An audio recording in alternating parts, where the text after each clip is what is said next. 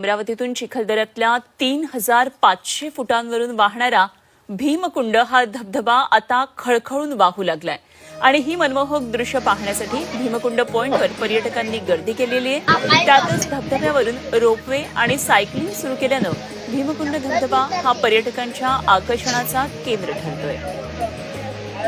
काय नेमकं इथलं सगळं वातावरण आहे, आढावा घेतलाय आमचे प्रतिनिधी अनिरुद्ध दवाळे।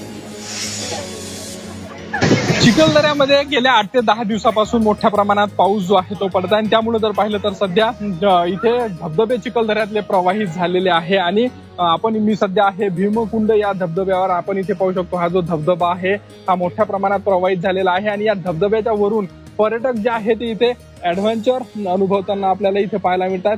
सायकलिंग जे आहे ते सध्या पर्यटक इथे करताना आपल्याला पाहायला मिळते आणि मोठ्या प्रमाणात पर्यटक जे आहे ते त्या ठिकाणी आलेले आहे। आपण इथे पाहू शकतो अशा प्रकारे या धबधब्याच्या वरून पर्यटक जे आहे ते सायकलिंग करण्याचा आणि ऍडव्हेंचर अनुभवण्याचा जो आहे तो आनंद घेतात। वातावरण खूप छान आहे आणि मेनली म्हणजे जे सायकलिंग रोप वगैरे दिसत आहे ते अति आनंदशीर वाटत आहे आणि थोडंसं म्हणजे पर्यटक येत आहे त्यांना एक ऍडव्हेंचर फील होत आहे आणि चिखलदऱ्याचं जे वातावरण आहे एक रम्य वातावरण आहे, निसर्गाचा आनंद घेत आहे। या दिवसात पावसाळ्याच्या दिवसात तुम्ही नक्कीच चिखलदऱ्याला भेट द्या आणि इथल्या निसर्गाचा आनंद घ्या। चिखलदऱ्याचं निसर्ग सौंदर्य सध्या मोठ्या प्रमाणात फुलल्याचं इथं पाहायला मिळत आहे।